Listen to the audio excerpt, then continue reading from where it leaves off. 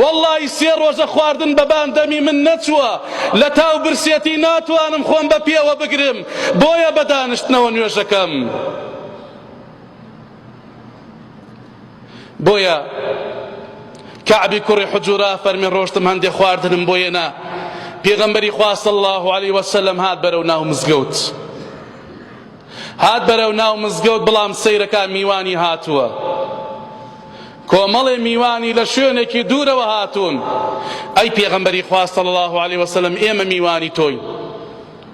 ئەویش کەعبە فەرمی ناردمی بۆ ماڵ دانە دانە خێزانەکانی بزات چی هەیە بۆ میوانەکانی ئامادەکەین.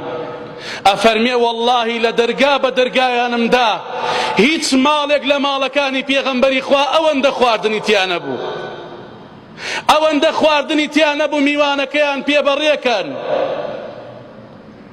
بۆیە کەعبی کوڕی حوجورا فەرمێت پێغەمبەری خوا صلی الله علیه وسلم فەرمووی کێ میوانەکانی پێغەمبەری خوا ئەباتەوە بۆ لای خۆی؟ من میوانم هاتووە، بەڵام وەڵڵاهی هیچ لە ماڵمان نییە، بەڵام وەڵڵاهی ئەوەی شتیە بم هیچ شتێک نییە لە ماڵەکانی ئێمەدا بە میوانی بدەین، خۆم سێ ڕۆژە سکم گوشیوە لە برسا. کێ میوانەکانی پێغەمبەری خوا ئەباتەوە بۆ ماڵ خۆی؟ ئەبوو تەڵحا لەسێ ئەی پێغەمبەری خوا صلی الله علیه وسلم من میوانەکانی تۆ ئەبەمەوە بۆ لای خۆم. ئەڕواتەوە بەرەو ماڵ سولەیم چیمان هەیە بۆیان ئامادەکەیت؟ سەیریکە ئەبوو تەڵحەیەک لە بێباوەڕیدا ئەو پەڕی دەوڵەمەند، ئەبوو تەڵحەیەک لە بێباوەڕیدا بەناوبانگترین دەوڵەمەندی شاری مەکەیە. ئێستا کە مسلمان بووە لە ڕێی خوا هەمووی دەبەخشێت، ئێستا کە مسلمان بووە لە پێناو جیهاد و جەنگدا هەمووی سەرفەکات. ئێستا وای لێ هاتووە ئەبوو تەڵحە هیچ لە ماڵیان نییە، وای لێ هاتووە ئەبوو تەڵحە هیچ لە ماڵیان نییە. کاتێک کە میوانەکەی دەباتەوە بۆ ماڵ ئەڵێ سولەیم چیمان هەیە؟ ئەڵێ بەخوا یەک قاپێ بچووک خواردنمان هەیە، منداڵەکان چاوەڕیانە، چاوەڕێی تۆمان بوو بێیتەوە پێکەوە بیخۆین، بەشی منداڵەکانیش ناکات. ئەڵێ سولەیم ئەمە میوانی پێغەمبەری خوایە، ماڵی دانە بە دانەی خێزانەکانی پێغەمبەری خوا گەڕاین، سکی خۆیان گوشی بوو لە برسا. ئەمە میوانێکی زۆر بەڕێژە لای ئێمە، چونکە لای پێغەمبەری خوا بەڕێزە. ئەمە میوانی پێغەمبەری خوایە، خواردنەکە بێنە بۆ ئەم داینە. سولەیمە فەرمێت ئەی خۆمان خواردن نەخۆین، ئەم میوانە شک ناکات تۆ لەگەڵی خواردن نەخۆی، بەس بەشی میوانەکەیە.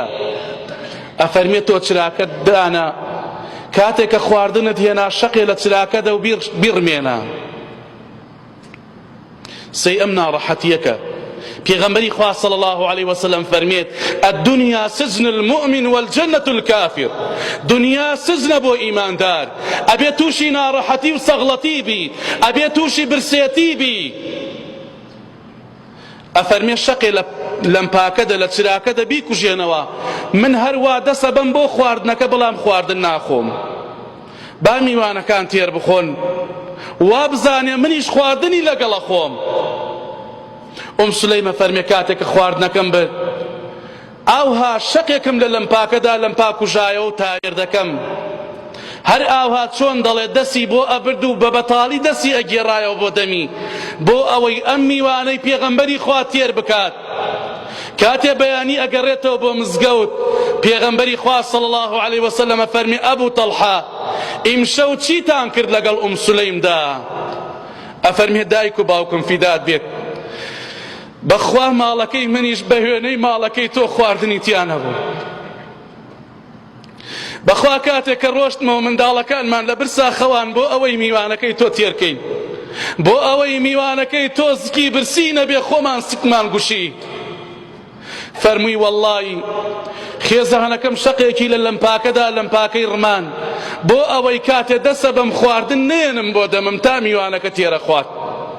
فەرمووی ئەبوو تەڵحە والله خوای پەروەردگار لە سەروی حەوت تەبەقەی ئاسمانەوە پێکەنینی بە ئێوە ئەهات، خۆشحاڵ بوو بەم کارەی کە ئێوە کردتان.